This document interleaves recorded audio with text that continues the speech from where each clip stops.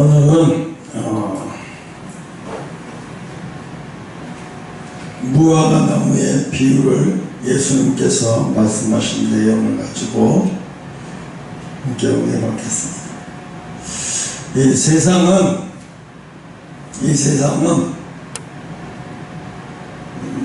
네 가지 사람이 있는데, 그 중에 첫째가 어떤 사람이냐면 무슨 일이 일어나는 줄 아무것도 모르고 사는 사람. 그러니까 세상에 무슨 일이 일어나든지 관심이 없고 그냥 아무 의미 없이 사는 거예요. 그냥 세상이 어떻게 돌아가든지 말든지 세상에 돌아가는 일에 관심이 없는 거예요. 무슨 일이 일어나는지도 관심이 없고 그냥 오직 자기 쾌락에만 위에 맞춰서 사는 사람. 그러니까 무슨 일이 일어나도 관심이 없는 사람이 있어요. 무슨 일이 일어나는지도 모르고 사는 사람이 있어요. 그런 사람이 있고, 또 하나는 무슨 일이 일어나는 줄 아는 사람이 있어요. 이 세상에 무슨 일이 일어나는 줄 아는 사람이 있어요. 무슨 일이 일어나는 것에 대해 관심을 갖는 사람이죠. 그러니까 그렇지 않으면 세상에 무슨 일이 일어나는 것에 대해서 관심이 첫 번째는 없는 사람이고, 두 번째는 무슨 일이 일어나는지 관심을 두고, 그래서 무슨 일이 일어나는 것을 알고 있는 사람이 있어요. 또 세 번째는 뭐냐면 무슨 일을 일으키는 사람. 무슨 일이, 이 세상에 무슨 일을 일으키는 사람이 있어요. 또 하나는 무슨 일을 누가 왜 일으키는 줄 알고 대리하는 사람이 있어요. 우리 영적인 신앙의 사람은 네 번째 속해야 돼요. 이 네 번째, 무슨 일이 누가 왜 일으키고 그 일어나는 일에 대리하고 사는 사람이 바로 하나님의 영적인 사람이에요. 이런 것에 대비하지 않고 사는 사람은 그냥 돼지처럼 그냥 하루의 새끼 그냥 처먹고 사는 사람이에요. 생각 없이 오직 쾌락에만 사로잡혀서 그냥 오늘도 눈 뜨면 뭐 재밌는 게 없을까, 오늘도 눈 뜨면 뭐 쾌락적인 재밌는 게 없을까, 뭐 이거에만 사로잡혀 사는 사람이에요. 그냥 본능에만 사로잡혀 사는 사람이에요. 내 친구가, 한 친구가 어느 날 그래요. 너가, 야, 우리 집사람하고 나는 맨날 이 나이인데도 맨날 싸워. 야, 지금 나이가 몇인데 지금도 맨날 싸우고 살아. 제정신이냐? 그랬더니 하는 얘기가, 자기는 매일같이 부부관계를 안 하면 못 산대요.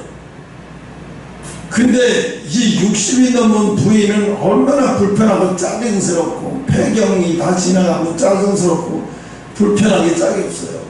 그러니까 막 도망다니까 안 들어오기도 하고, 안 그러면 남편하고 막 싸우기도 하고 그런데요.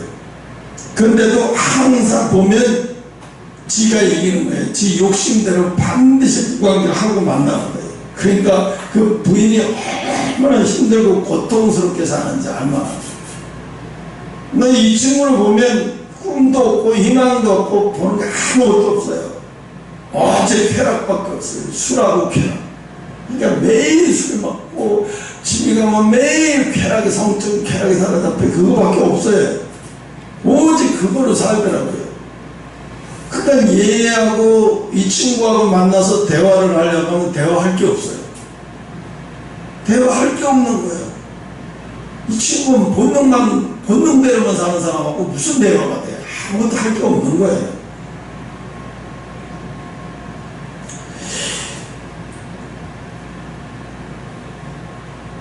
성경이 오늘 우리에게 말씀하시는 이것을 잘 보고, 우리가 이 성경 이 시대를 통해서 우리에게 말씀하시는 것이 뭔지를 잘 깨닫고 분별하고 통찰력 있게 사는 사람은 준비를 잘 하고 사는 사람이에요.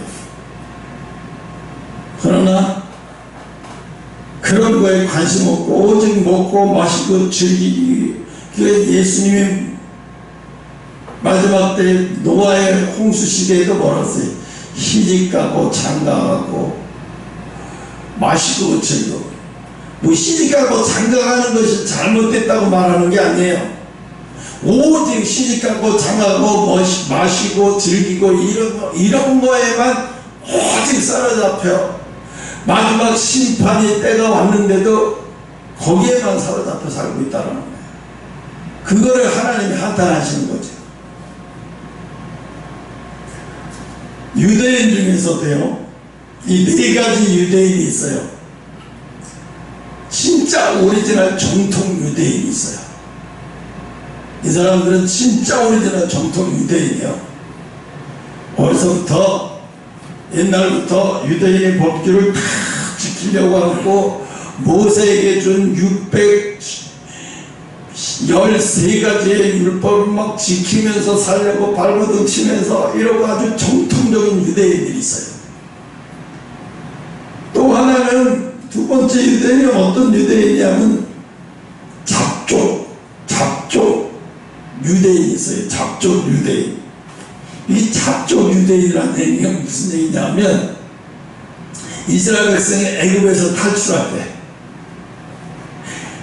애굽의 남편과 이스라엘 여자에게서 태어난 후손들이에요.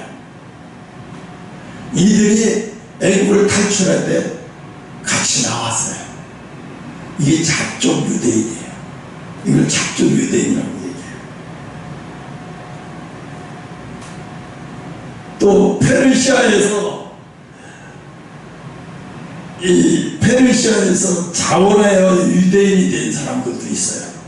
페르시아에서 자원해서 유대인 애들이 뭐냐면 하만이 모르드게를 통해서 이스라엘 백성을 전면하려고 할 때 그때 완전히 전화위복이 일어났잖아요.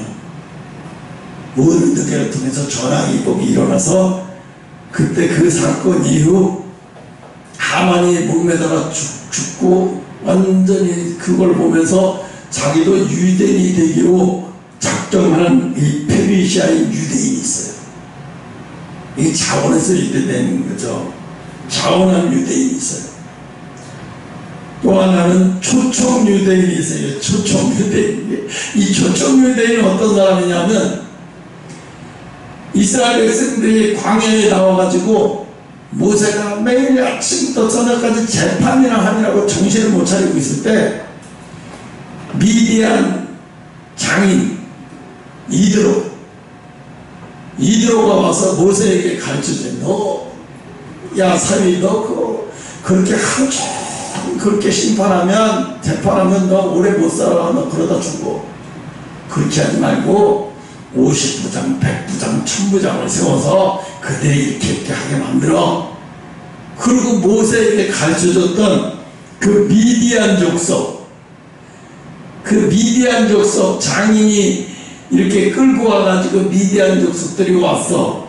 이 사람들은 뭐냐면 초청 유대인이라고 얘기하는 거야. 이 후손들, 이 초청 유대인. 또 하나는 이제 영적 유대인이 있어요. 영적 유대인. 영적 유대인은 뭐죠? 예수님이 베들레헴에서 마구간에서 태어날 때 그때 양을 치던 자들, 그때 양을 치며 예수님을 태양생을 알았던 자들, 그들이 바로 영적 유대인이에요. 또 이 동방에서 와가지고 모략과 물 예수님을 태어난 걸 축하하면서 다 별에 인도를 받아 드리고 돌아간 자들, 이게 영적 유대인이에요. 이 영적 유대인들은 예수님을 탄생을 안 하는 자들이죠.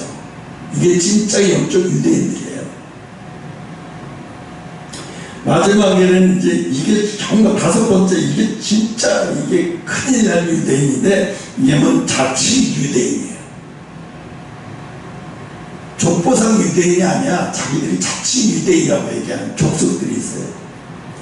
미국 뉴욕에 가면은 락펠러 건물이 있어요. 락펠러 알잖아요. 이 락펠러 건물이 어마어마한 큰 건물이 거기랑 락펠러 건물이 한눈에도 다 보이는 그 뉴욕 한복판에. 근데 그 건물에 보면 666이라는 글씨가 쓰여 있어요. 진짜로 쓰여 있어요. 아마 오늘 집에 들어가서 유튜브나 뭘 쳐봐요. 그러면 그 건물에 666이라고 쓰여 있는 게 보일 거예요. 그래서 이 666이라고 써놓아야 하는데, 이 자칭 유대인이 바로 이게 사탄이 놈들이에요. 이 사탄, 이 세상을 통일시키겠다고 하는 사탄 놈들이에요. 사탄의 악재리들. 그러니까 프리메이슨, 일루미나리 이런 자들 있잖아요. 세계를 통합적으로 하나로 통합시키겠다. 그래서 통합적으로 하고, 그래서 이 세상을 지상낙원으로 만들겠다. 그래서 이 세상을 하나로 만들고 정부를 하나로 만들어서 많은 전쟁을 통해서 많은 사람을 죽게 만드는 거예요. 이들이 하는 일은 뭐야? 세계 인구를 빨리 전쟁을 통해서 많이 죽게 만들어서, 그래서 세계 인구를 10억 가까이 줄여버리는 거야. 10억 정도의 수준으로. 그들의 목표예요. 그러면 어떻게? 이 땅이 그때는 지상천국 살기 좋은 땅으로 만들어 간다는 거예요. 그 자기들이 이 자기들만의 세상을 만들어야 돼. 이 세상을 단일적으로 만들어. 그게 바로 누구야? 이게 자칭 유대인이라고 하는 거예요. 이 사람들이 뭘 가지고 있냐? 이 세계의 모든 권력과 돈과 금융과 이 모든 걸 이들이 다 쥐고 있어요. 겉으로 볼 때는 유대인이고 근사한 것 같지만 아니에요. 진짜는 이들이 진짜 사탄의 악절이에요. 진짜 이들이 세상을 멸망시킬 자들이에요. 이런 자들이 있는 거예요. 바이든이나 민주당의 이런 사람들은 상당히 거기가 가까웠고, 또 마이크로소프트, 빌 게이츠나 이런 자들이 다 거기에 가까웠고, 일론 머스크와 이런 수많은 사람들이 다 그런 쪽에 가까운 인간들이에요. 다 그런 쪽에 가까운 인간들이에요. 그래서 세상을 전부 그쪽으로 가게 만들어요. 지금 중국에서 생체 인식을 통해서 사람을 통제하고 막 그런데 미국도 벌써 이미 머리에다가 칩을 심는 걸 이미 시작이 됐어요. 이미 시작이 됐어요. 우리나라에서도 얼마 있으면 몇 년 있을지 모르겠지만 손에다가 몸에다가 칩을 심는 날이 곧 다가와요. 전 세계가 다가와요. 오늘 하나님은 예수님이 시장을 하셔서 배가 고프신 거예요. 베다니에서 예수께서 이렇게 나오시는데 배가 고프셨대요. 그래서 멀리 이렇게 보니까 무화과나무가 있는 걸 보시고, 그냥 멀리 무화과나무가 있는 걸 보시고 간 게 아니에요. 멀리 무화과나무가 보이는데 잎이 얼마나 무성한지 잎을 보고 누구든지 보고, 아, 저기 무화과나무 열매가 열렸겠구나. 한눈에 봐도 무화과나무가 열렸겠구나. 이런 생각이 들은 거예요. 제자들도 보기에 정말 무화과나무가 열매가 있을 것 같아. 무화과나무가 얼마나 무성한지 몰라. 그래서 예수님이 가까이 다가갔다고 그랬어요. 가까이 다가가 보시니까 무화과나무가 잎만 무성한데 열매가 없는 거예요. 그래서 예수님이 분노하시고 화가 나셔서, 예수님이 분노하고 화가 나셨어요. 그래서 저주해버렸어요. 무화과나무를. 그리고 저주해버렸는데, 그리고 저주해버리고 다시 돌아오는 길에 20절, 저희가 아침 지나가는 길에 무화과나무를 봤대요. 돌아온 게 다시 무화과나무를 보니까 뿌리까지 말라버려서 죽은 걸 보고 충격을 먹는 거예요. 아니, 그 열매 좀 없다고 뭘 나무를 이렇게 말라 비틀어지게 예수님이 이렇게 우리 스승이 이렇게 잔인하신 분이야? 아니 이런 분이야? 저런 분이야? 놀래 충격. 그만큼 예수님은 뭘 보시느냐? 열매 없는 것을 싫어하신다는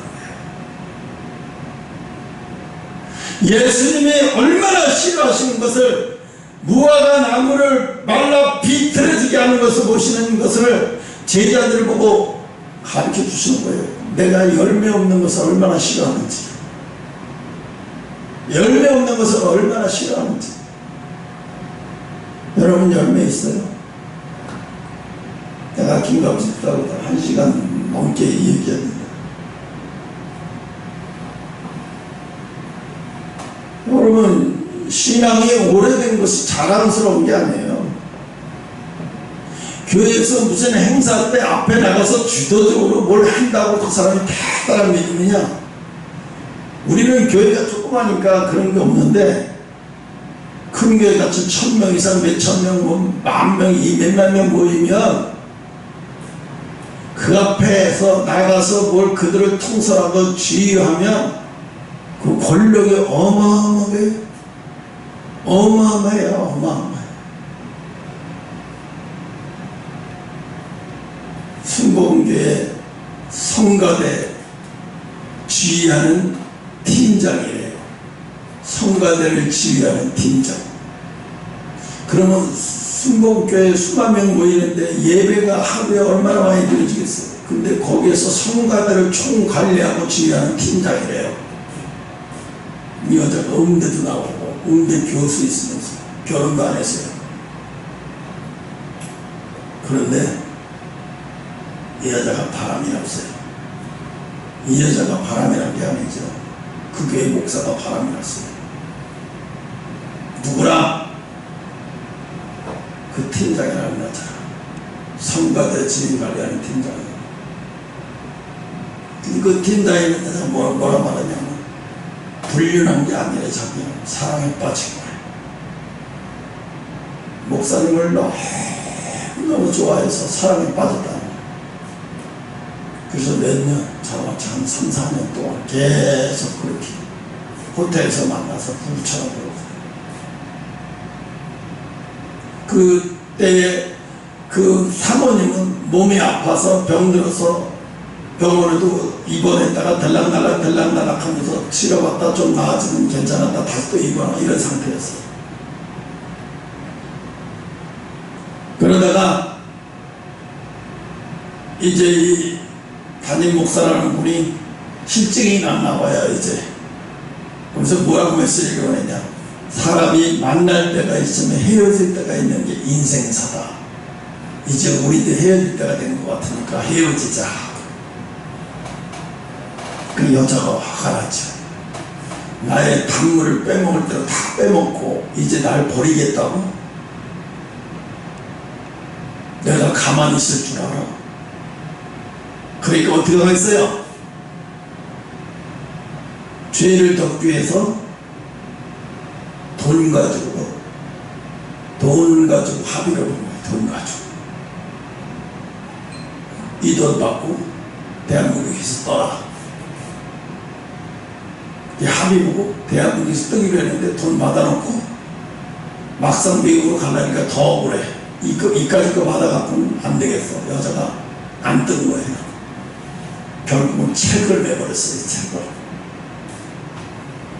책을 내버려갖고 책이 대박을 나버렸네.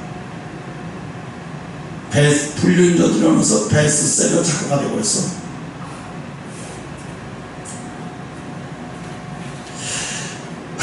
그거를 보면서 예수님 오늘 이 말씀도 더 떠오르네.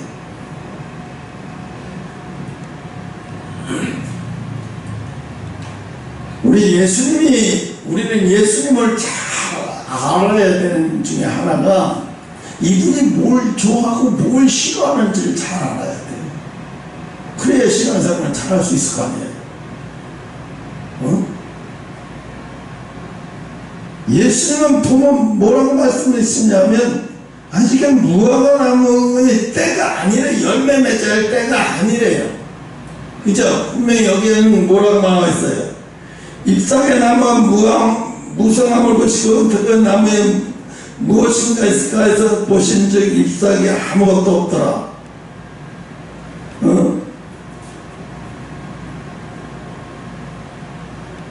그러면서 뭐라 그래?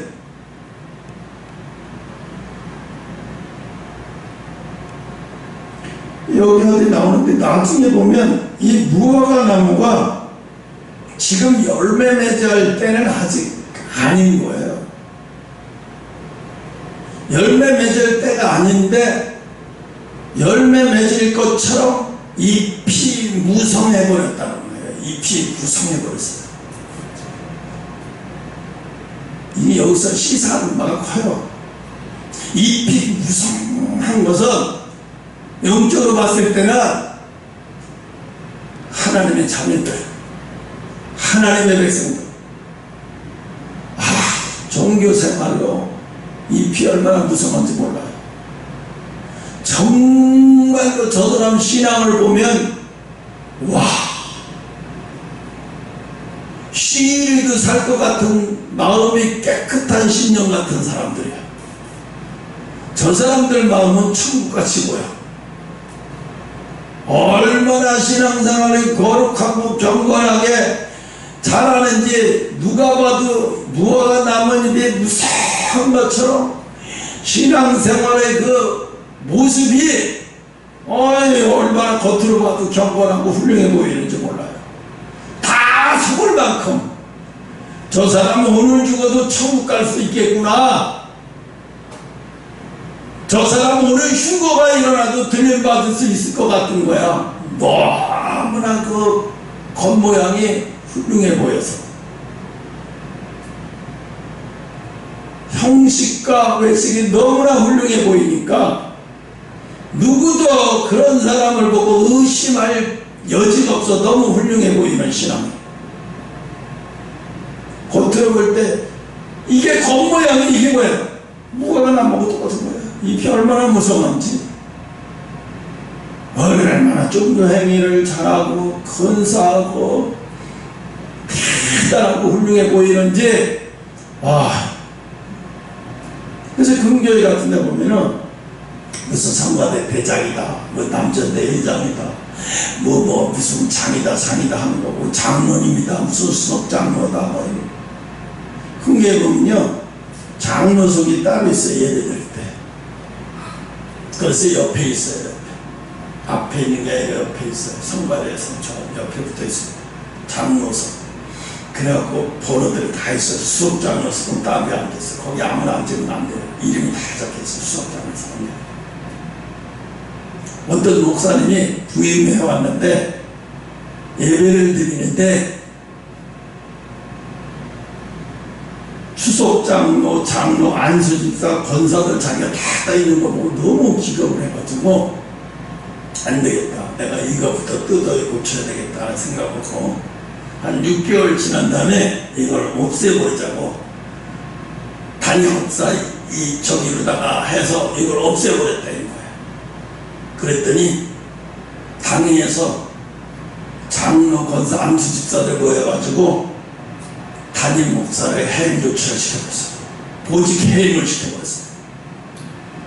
그러니까 보직 해임을 시켜버리니까 설교도 할 수 없고 예배 참석하는 것도 못하게 하고, 그러니까 담임 목사가 한 6개월 가까이를 교회에 올 수도 없게 만들어버렸어요.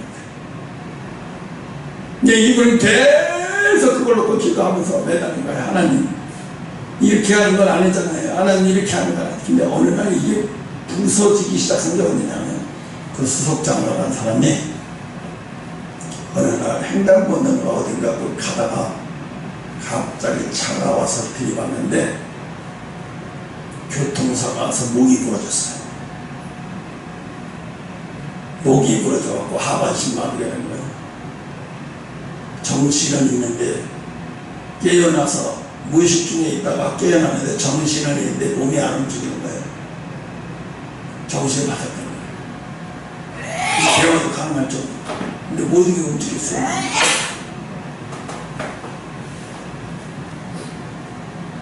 이분이 누워있다가 왜 나한테 이런 일이 일어났을까? 막 아파하고 가족들도 난리 나고 뭐 회사도 망명진창 되고 뒤죽박죽이 되고 난리가 났죠. 자기가 가만히 있어보니까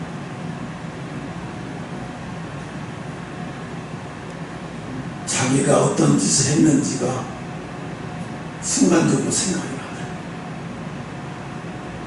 그런데 이미 때는 늦어버렸어요. 이미 때는 늦어버렸어요. 목사님을 불러가지고 목사님 죄송합니다. 잘못했습니다. 겨우 들릴 정도 하고 그 이튿날 세상 떠나버렸어요. 그러니까 남아있던 장로나 권사나 안수집사들이 어떻게 두려워서 벌벌 떠는 거예요. 이 집도 누구 차례가 될까? 무서워서 견딜 수가 없는 거예요. 두려워서 견딜 수가 없는 거예요. 그래서 자기네끼리 모여서 기도회를 하면서 담임 목사를 찾아갔어요. 해임시켰던 담임 목사. 제발 우리 교회 도와달라고, 우리 교회 돌아와달라고. 담임 목사님은 나를 해임시켜놓고 뭘 잊어서 나를 불러서 뭐라고 했냐고, 나같이 능력 없는 사람. 그랬더니 아니라고, 자기가 잘못했다고. 돌아만 오시면 목사님이 하고 싶은 대로 다 할 수 있도록 우리 무조건 찬성하겠습니다. 그래가지고 그럼 내가 일주일 기도해보고 다시 복귀하겠다고 일주일 시간을 두고 하나님이 돌아가라고 말없이 돌아갔어요. 그리고 그 교회 그런 거 싹 없애버렸어요. 장로서 무엇을 다 없애버렸어요. 다 없애버렸어요. 아주 싹 없애버렸어요. 권위가 있을 만한 건 다 없애버렸어요. 다 철폐시켜버렸어요.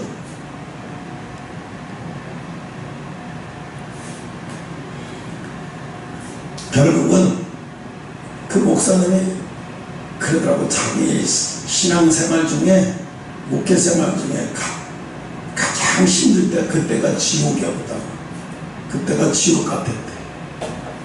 아이들은 열심히 그때 학교 다니면서 학비도 보내야 된다. 월급도 안 나오고 줄 것도 없고 막. 부인은 그냥 조용히 목회자로 그냥 하지, 뭘 당신 잘났다고 뭘 나서서 그래가지고 보여줄 수 있듯이 해가지고 교회도 갈라지게 만들고 왜 나서서 쓸데없는 짓을, 설교나 잘하고 신방이나 잘하면 되지 왜 쓸데없는 간섭을. 이제 사모님은 생활을 해야 되니까 난리를 죽이는 거죠. 그러니까 또 지옥이었던 거지. 생활 속에서도 지옥이었던 거. 너무 힘들고 물질적으로도 어려움 당하고 또 사모되는 부부싸움 맨날 일어나고. 결국은 하나님이 그 위기를 다 지나간 다음에 다시 교회를 복음으로 축복하시더래요. 복음의 길을 열어주시더래요. 그때부터 목사님이 설교할 때마다 사람들이 모여들기 시작하더래요. 젊은 애들, 젊은 친구들. 하나님이 보신 거예요.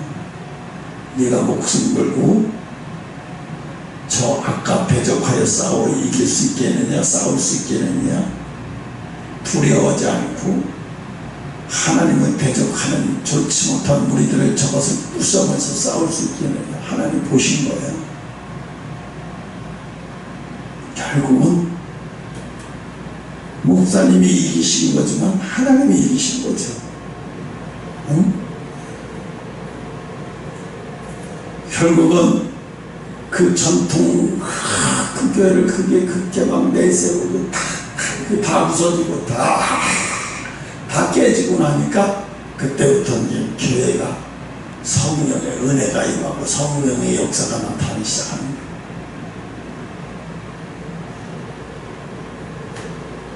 내가 오늘 아침에도 김갑지수한테 대표 기도가 중요한 게 아니다, 그런 얘기를 내가 하는 이유 중에 하나가 그거예요. 대표 기도를 했느냐 안 했느냐, 내가 대표 기도에 참석하느냐, 그건 쓸데없는 그 신앙하고 아무 상관이 없어요. 아무 도움이 되지 않아요. 중요한 건 뭐냐면 중요한 건 내가 얼마나 하나님 앞에 겸손하느냐. 여러분, 내가 사람은 하나님 앞에 실수하고 잘못하고 넘어질 수도 있어요. 다윗은 밧세바의 아내, 우리아의 아내 밧세바를, 남의 부인을 자기 아내로 삼아버렸어요. 남편을 죽여버리고.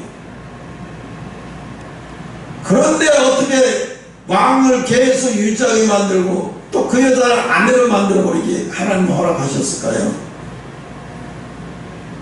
회개해야 하니까. 중요한 건 뭐예요? 진심으로 회개를 한다는 거예요. 진심으로 회개를 한다는 거예요. 이사야서가 길잖아요. 그러면 거의 한 30장까지는 하나님이 잔인하고 보복하시고 아주 무서운 내용들만 가득 차 있어요. 근데 후반기에 보면 이제 또 은혜의 하나님 싸매시고 복 주시고 막 이런 내용이에요. 그런 내용으로 가득 차 있는 거예요.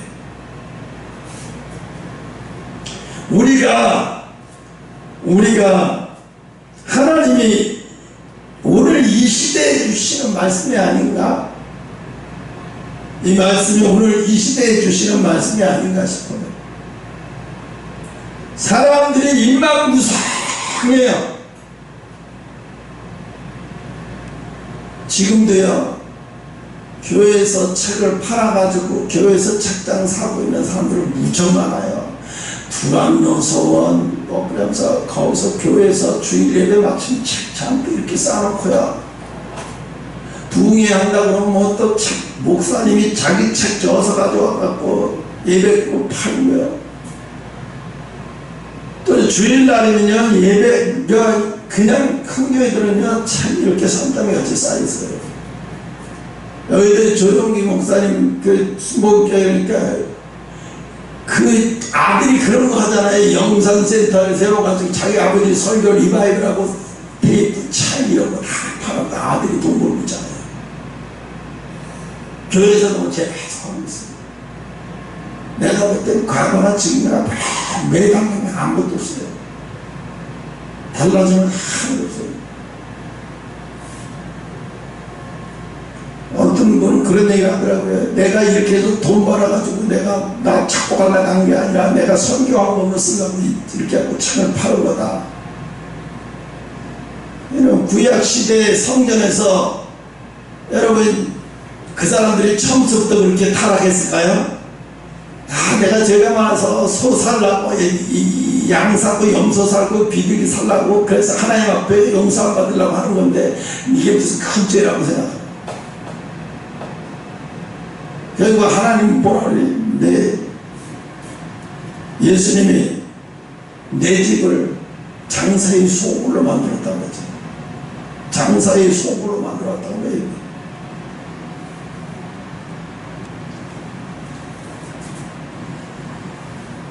(21절에) 보면 베드로가 도저히 예수님이 하신 행동을 이해하지 못하는 거예요. 스승이 하는 행동. 그러니까 베드로가 생각이 나서 여쭈어보되 라비여, 그런 얘기는 예수님 그런 얘기죠. 저주하신 무화과 나무가 말라버렸네요. 이러고 얘기를 하는 거예요. 아니 어쩜 여기 지나갈 때 시장하시다고 말씀하시고 열매가 없던 그 무화과나무를 저주했더니 아침에 보니까 말라버렸네요. 그 예수님이 그러시죠.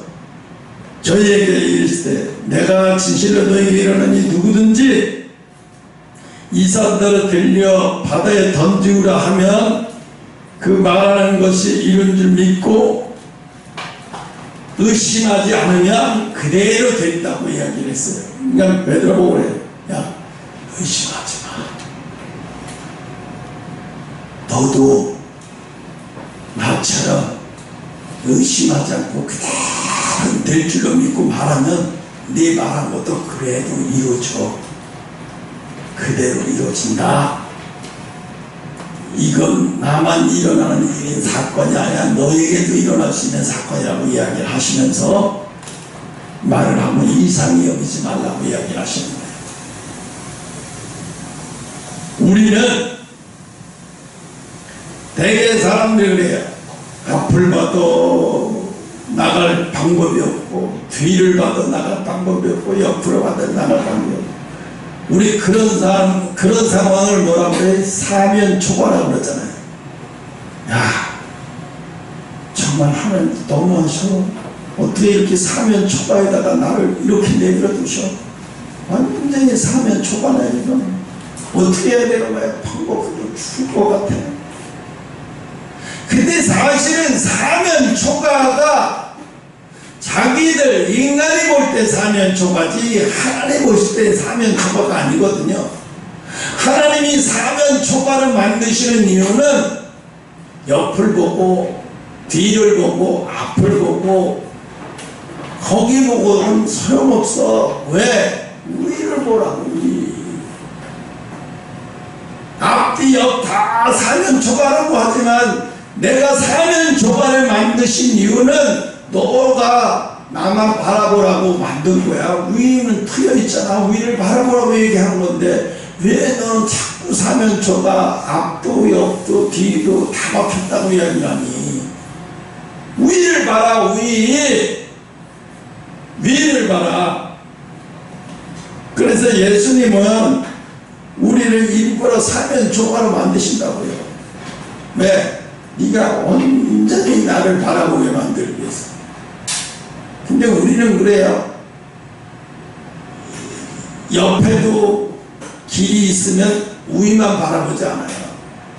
옆을 바라보다가 위도 한번 바라보다 옆을 바라보다가 두 마음이 생겨버리는 거죠. 두 마음이 생겨버리는 거예요. 두 마음을 가지고 하나님 앞에 기도하는 거는요, 그건 믿음의 기도가 아닌 거예요. 그건 믿음의 기도가 아니에요. 믿음의 기도는요, 두 마음으로 기도하면 안 되는 거예요. 그건 두 마음의 기도는 믿음의 기도가 될 수가 없고, 그건 역사가 일어나지도 않아요. 두 마음으로 품는 기도는 역사가 일어나지 않아요. 온전한 마음으로 기도가 역사가 일어나는 거죠. 온전한 마음이 돼야 역사가 일어나죠. 어제도 보니까 서대문이더라고. 보니까 뭐 쌍용의 그 무슨 차인지 모르겠는데 그 자동차가 가다가 SV차가 싱크홀이 생겨서 그대로 옆으로 팍 빠져가지고 옆에 있던 사람은 중간에 너무 놀래기도 하고 쇼크에 서서 심정지가 일어나고, 운전석에 있는 사람은 대가리 깨지고 뭐 이게 난리가 났어요. 그래서 겨우 사람을 꺼내가지고 병원실로 갔는데 그래도 다행히 심정지 됐던 사람이 다행히 정상적으로 돌아왔어요. 크게 다치기는 했지. 야, 내가 보니까 그 사고 장면을 보는데 어떻게 저럴 수가 있지? 어떻게 서울 한복판에서 차가 SV차를 가다가 이렇게 딱 맞아서 파는 것 같아요. 거기 싹 들어가서 딱 맞아. 나중에 기지기가 와서 이렇게 꺼내는데 보니까 아주 앞면이 막 다 터지고 뭐 튜브도 다 터지고 난리가 났죠. 그거 안 터져서는 더 크게 다쳤겠죠. 그래서 그걸 보면서 야, 말을 하는 게 날벼락이 따로 없네. 이게 말을 하네. 근데 그러더라고요. 대한민국 서울이든 어디든 지금 우리나라가 비를 많이 오고 땅이 많이 무너진 상태이기 때문에 이게 언제 어디서 어디에서도 일어날 수 있는 사고예요. 여기만 일어날 수 있는 사고가 아니래요. 어디에도 일어날 수 있는 사고예요. 그럼 그걸 우리가 피해서 다닐 수 있어요? 안 돼요. 피해서 다니는 방법은 없어요. 누구한테 일어날지 언제 일어날지 아무도 모르고 그냥 운전하고 다니는 거예요. 그게 뭐예요? 우리는 하나님 앞에 맡길 수밖에 없어요. 맡기고 할 수밖에 없죠. 그 사람이라고 그렇게 돼서 자기가 죽음이 눈앞에까지 올 거라는 상상도 해본 적이 없어. 앞에 가는 자가 아무렇지도 그냥 지나갔으니까 자기도 지나갈 거라고 하니 자기가 속도 가서 판지 상상도 못하는 일이 벌어진 거죠.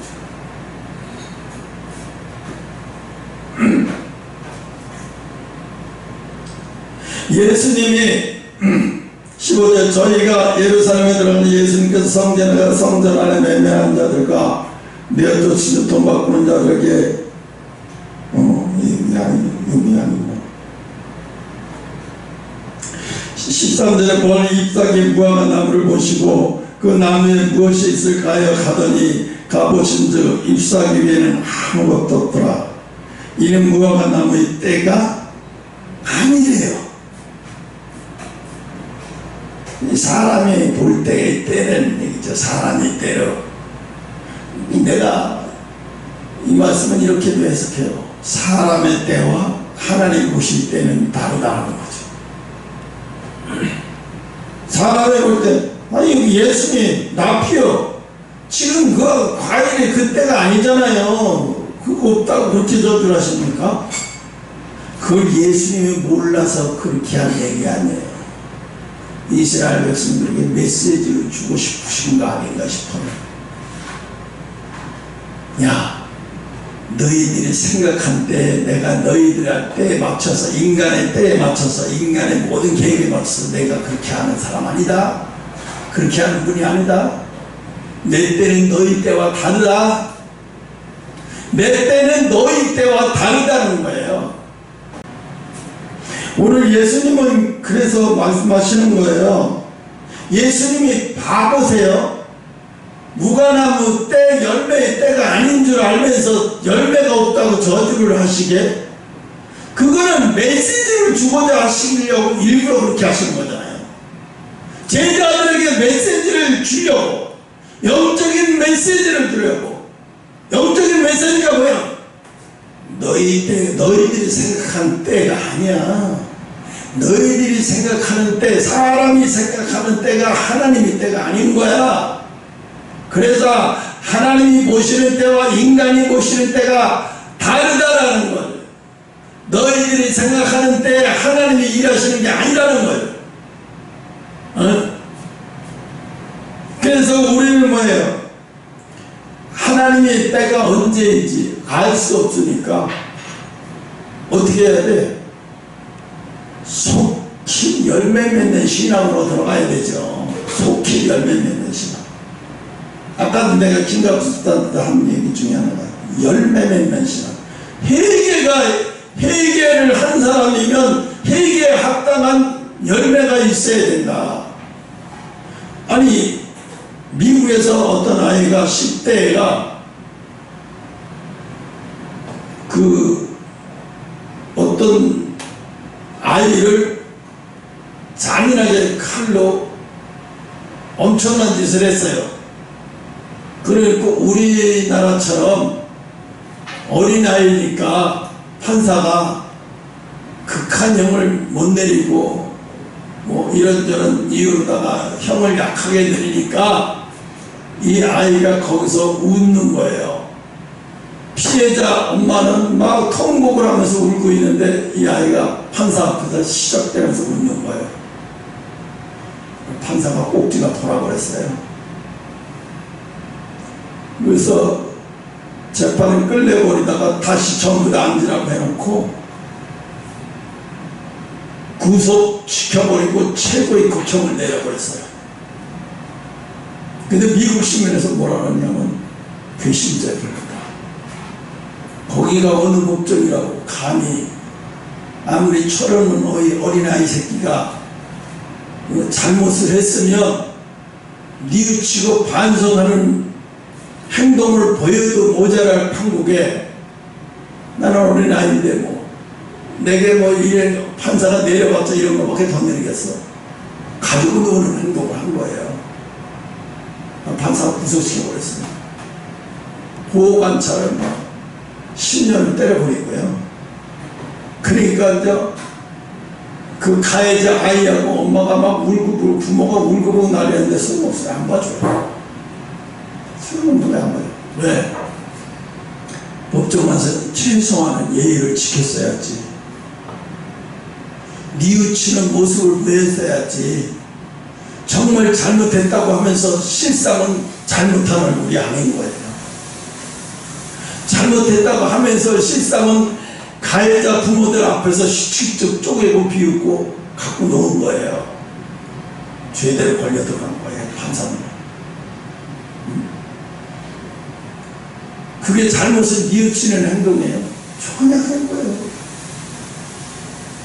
부모도 마찬가지예요. 내 자식이 그랬으면 재판석에 앉아서 자기 자식을 뺨을 때려서 이놈의 새끼가 어디서 여기서 이렇게 하냐고, 죄를 졌으면 가만히 잠자고 앉아가지고 심사숙고해도 모자를 파고 자기 자식을 혼내고 나무라야 되는데 같이 비웃는 거예요. 같이 부모가 돈 좀 있고 뺏 좀 있다고. 그게 제대로 걸렸어요. 여러분이 회개에 합당한 열매를 맺지 않는 회개는 회개가 아닌 거예요. 열매 없는 거. 예수님이 그렇게 제일 싫어하는 것 중에 하나가 열매 없는, 그냥 열매 없는 게 아니에요. 무화과 남김치 아주 무성해. 사람을 미혹시키는 거잖아요. 열매 많은 것처럼 미혹시키는 거예요. 신앙으로 아주 대단한 것처럼 신앙으로 아주 포장해서 사람을 미혹시켜. 안주인 집사가 시장에 할머니 주변에 있는 사람들한테 보험 적금을 들게 해놓고 그 돈을 편취해서 있어요. 그걸 나중에 할머니가 다른 사람 할머니가 돈 달라고 하니까, 보험회하고 돈 달라고 하니까 그 보험료를 받아고 자기가 다 쓰고 대출에 쓰고 이렇게 쓴 거예요. 교회 집사라고 믿고 이러고 해고 했는데 할머니가 충격이 너무 컸던 거예요. 몇 년 동안을 믿고 다 맡겨줬는데 그런 짓을 했으니까. 할머니가 인간이 너무너무 싫어하고 실효증에 눌러서 장사를 다 포기하고 시골로 가버렸어요. 할머니 거기서 떡볶이 장사하면서 호떡 장사도 장사 꾸준하게 잘하셨던 분이거든요. 할머니가 머리 끄링 잡고 이놈이 개 같은 년, 새 같은 년, 네가 집사냐면 시장 바닥에 사람들 앞에서. 할머니는 가족의 전부를 잃었으니까 얼마나 턱복을 하면서 시장 사람이 다 욕을 하고, 저 나쁜 년, 저 개 같은 년. 할머니가 저 호떡 장사로 얼마나 힘들게 번 돈을 갖다가 저 나쁜 년, 난리가 난 거죠. 그래서 한 사람만 그렇게 한 게 아니에요. 그래서 시장 바닥, 중화동 시장 바닥 다 소문나고 그랬어요. 그 할머니 자살해 죽지 않았길 다행이죠. 못 견디서.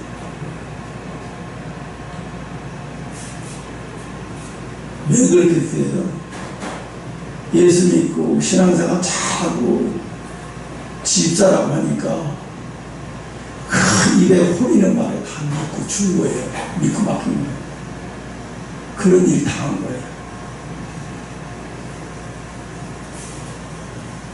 사람들, 이런 사람들 수룩해요. 많아요. 응? 그래서 내가 맨날 생각하다 기도해요. 하나님, 저걸 실족시켜서 하나님을 떠나게 만들고 하나님을 욕되게 하고 대가 반드시 징계를 통해 대가 받고, 철저히 징계를 통해서 대가 받고 피눈물로 회개하고 돌아와서 우리 항성교회로 돌아와서 그에게 허락하셨던 전도의 사명을 감당하는 자가 되게 해라. 그렇게 기도해요. 반드시. 그래서 어마어마한, 지금 내가 알기로는 어마어마한 고난을, 고통을 받고 있을 거예요.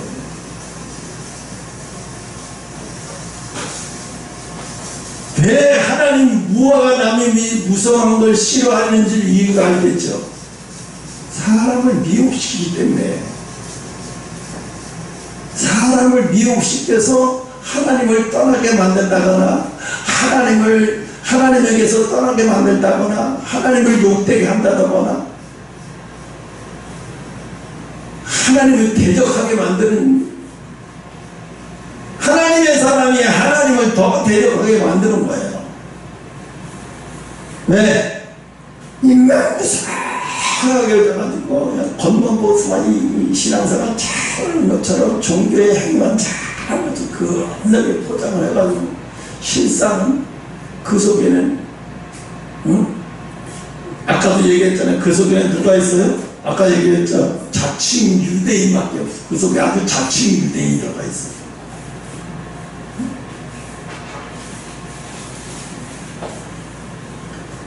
근데 하나님이 버리진 않아요. 그런데도 버리진 않아요.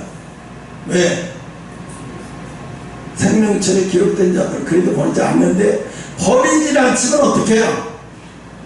그 대가를 다 지급받으면서 와야 돼요. 그 징계의 대가를 받아야 돼요. 그러니까 그 징계의 대가를 받으려는 게 어디에 어마어마한 고통에 사로잡힙니다. 네? 그러니까 예수님이 이걸 굳이 뭐 그냥 열매가 없어서 예수님이 시장에서 그냥 지나가셨다라고 얘기할 수도 있는데, 왜 굳이 그 저주해버렸고 그 나무가 저주했더니 그 다음 날 저희 뿌리채 나라 비틀어 죽었다는 얘기까지 왜 이렇게 써요? 이게 얼마나 하나님이 예수님이 힘겨워하시는 것이라는 걸 강조하잖아요. 우리가 무화과 나뭇잎처럼 근사한 열매 맺는 사람의 모습으로 가면 갈수록 열매 맺기를 노력해야 돼요. 열매 맺기를 노력해요. 열매가 맺어져야 여러분 속에서 열매가 드러나야 돼요. 종교 행위로는 이제 부족함이 없는데 열매가 안 생긴다 그러면 위험한 상황까지 놓인 거예요. 이 사람은 지금 위험한 상황까지 놓였어. 왜? 같이 가야 돼요. 무성한 잎이 무성하면서 열매까지도 지금 맺어가고 있다. 그러면 이 사람은 위험의 길로 가고 있는 게 아니라 축복의 길로 가고 있는 거예요. 그런데 열매는 맺어지지 않고 무성하기만 하고 있다면 이 사람은 얼마나 위험한 길을 가고 있는지 모르는 거예요. 하나님이 그걸 내려주시냐? 안 내려주는데, 그러니까 심판이죠. 네가 내 이름으로 귀신을 쫓고 방언을 말하고 무엇을 했으면 내가 너를 도무지 모른대. 도무지 모른다는 얘기. 왜 도무지 모른다고 할까요? 너는 열매가 없어. 너는 신앙의 열매를 맺지 못하냐? 성령의 9가지 열매. 신앙의 열매가 맺어지려면 첫째가 겸손하지 않으면, 신앙의 열매는 겸손으로 들어가기 전에는 어떤 것도 안 맺어져요. 겸손해야 돼. 열매가 맺기 시작하는 거예요. 겸손성으로 들어가지 못하면 열매는 무슨 열매예요? 하나님을 욕되게 하는 것밖에 나오지 않아요. 인간에게 겸손해져야 돼요. 왜 그러니까 하나님이 환난과 연단을 통해야만이, 왜 우리를 그렇게 사랑하시면서도 환난과 연단을 통과하게 내버려둘까요? 왜 환난과 연단으로 우리를 이끄실까요?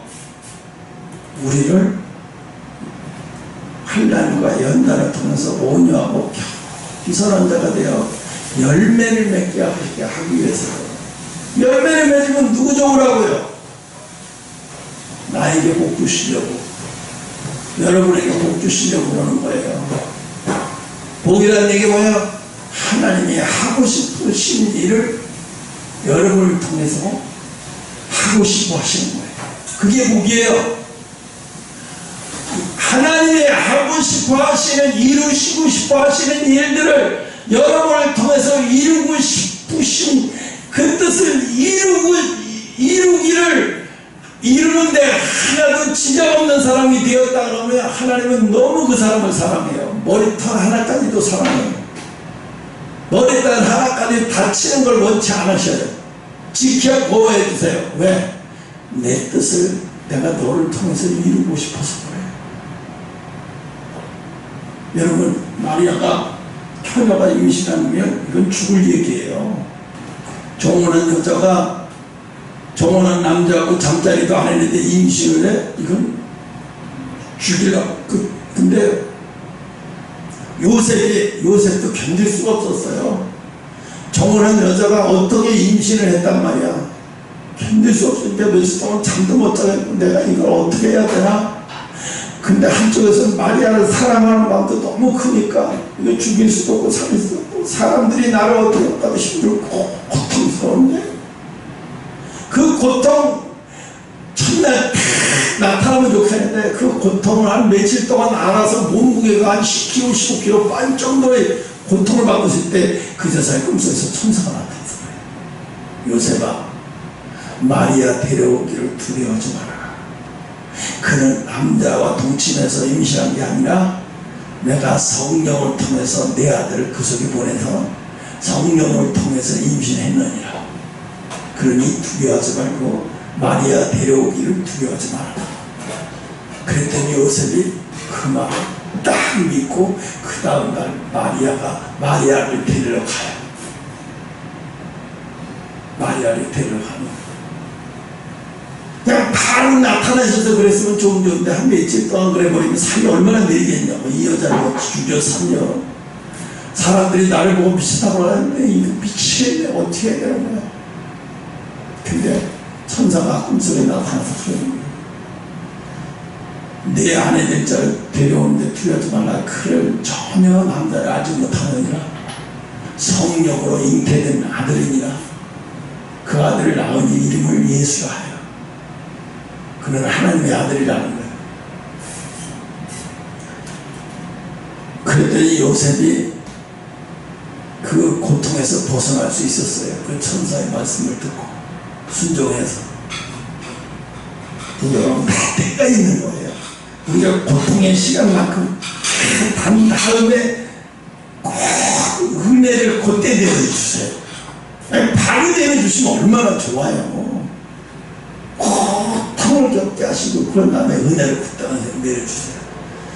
그래야 감사가 생기거든요. 그렇지 않으면 바로 갖다가 원하기만 하면 뚝딱뚝딱 줘봐야 애새끼 버리장물이 없어져요. 큰일 나요. 왜? 얘는 그냥 부모가 뭐 요술공주인 줄 알아, 달라고만 하면 다 부모가 주는 줄 알고 그런 부모로 만들어 놓으면 얘는 망가지고 자식이 망가지는 거야. 이거 큰일 나는 거야.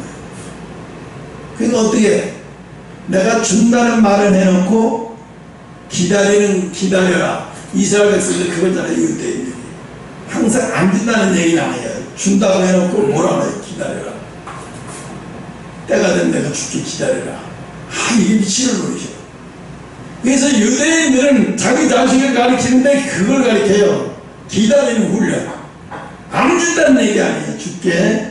아버지가 때가 되면 줄 테니까 아버지가 줄 때까지 기다려. 네. 그리고 기다려. 네. 그리고 기다려. 유대인을 그걸 가르치니까 유대인들은 기다리는 걸 잘해요. 어렸을 때 이 훈련이 잘 되기 때문에. 세상에서 제일 기다리는 거 못하는 사람이 대한민국 사람일 거예요. 택시 타고 지금 빨리 가고 있는데도 택시 아저씨를 쫓아요. 빨리 좀 갈 수 없는 거. 아저씨가 지금 빨리 가는데 이렇게 계속 이러다가 큰일 나요. 사고 나요. 그럼 또 뭐라고 그러냐면 아저씨 그러지 말고 내가 따뜻하면 더 줄게. 그 택시기사가 돌아버려. 이제 그 따따버려 돌아버려가지고 하면 안 되는 행동을 막 하는 거예요. 그냥 벌금 나가고 내도 많이 나는데 달리자 해라 이렇게 돼버리는 거예요. 그러다 이제 대형사고 나오는 거지. 오늘 이 말씀을 통해서 우리가 깨달아야 되니까는 사람의 때 하나님의 때는 다르다. 사람의 때가 안 됐다고 해서 우리가 마음 편하고 착각하고 사람들이 뭐라고 얘기하냐면 계시록에 야 계산성전이 세워지지 않으면 절대로 예수님 안 오셔. 아직 계산성전 세워지지도 않았어. 그럼 이런 식으로 하니까 사람들이 예수님을 많이 멀었네. 계산성전 세워지지도 않고 막 사람들이 그러니까 아직 예수님을 멀었어. 신앙들은 누가 자꾸 때가 됐다 그러고 막 임박했다고 쓸데없는 소리. 근데 착각하면 안 돼요. 제3성전이 안 세워지고도 하나님은 휴거를 일으키실 수 있는 분이에요. 왜? 인간들이 교만하면 하나님 그거 상관없이도 일으키실 분이에요.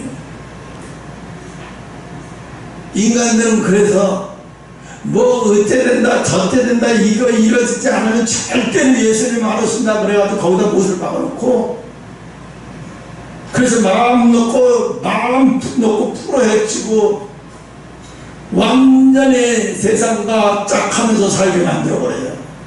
이러면서 속아놓으면 안 된다니까요. 그럼 예수님은 뭐하라고? 깨어 건신하고 기도하라고 해요.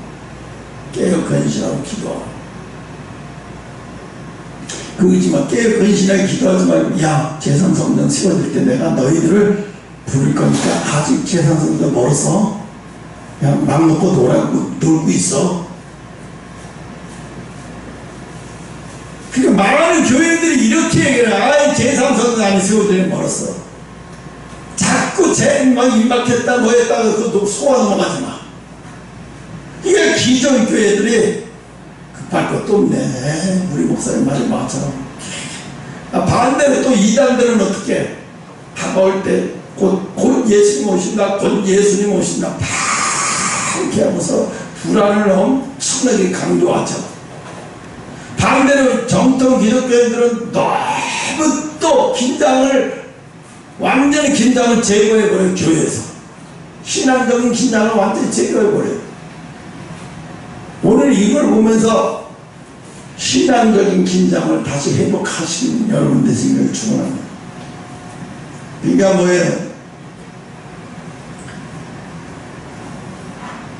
예수님은 인간이 생각하는 예기치 못한 때에 휴거가 일어난다. 재림신앙이 일어난다. 그래서 어떤 신앙 채널은 제3성전이 어디까지 지어지고 준비 다 돼 있다. 그래서 아직은 예수님 오실 때 아니다. 그러니 막 얘기를 하는 사람도 있어요. 시기 달라가 자유롭게 여러분 때 아직 예수님 오시지 않습니다 막 이렇게 하면서 아예 그리고 재림 설교도 안 해. 휴거 신앙도 안 해. 얘기도 꺼내지도 않아요. 예수님이 가장 기뻐하지 않는 행동을 하고 있는 거예요. 어디가? 교회가. 이단들이 나쁘다고 하지만 우리가 이단한테 배워야 할 거 뭐냐면 긴장하는 걸 배워야 돼요. 구원은 다른 당상으로 여기고 있어요. 착각하고 있는 거예요. 언제든지 구원이 취소될 게 있다고 하는 사실을 성도들에게 뭐래요? 구원이 취소가 될 수 있어요. 내가 믿습니다 하고 그게 믿는 겁니까? 아무리 믿습니다 해도 거기다가 자기 생명 걸지 못하고 그건 믿는 게 아니에요. 탈북하는 사람들이 하나같이 넘어올 때 뭐라 그래요? 자기 목숨 걸고 넘어왔대요. 죽으면 죽으라 목숨 걸고 넘어왔대요.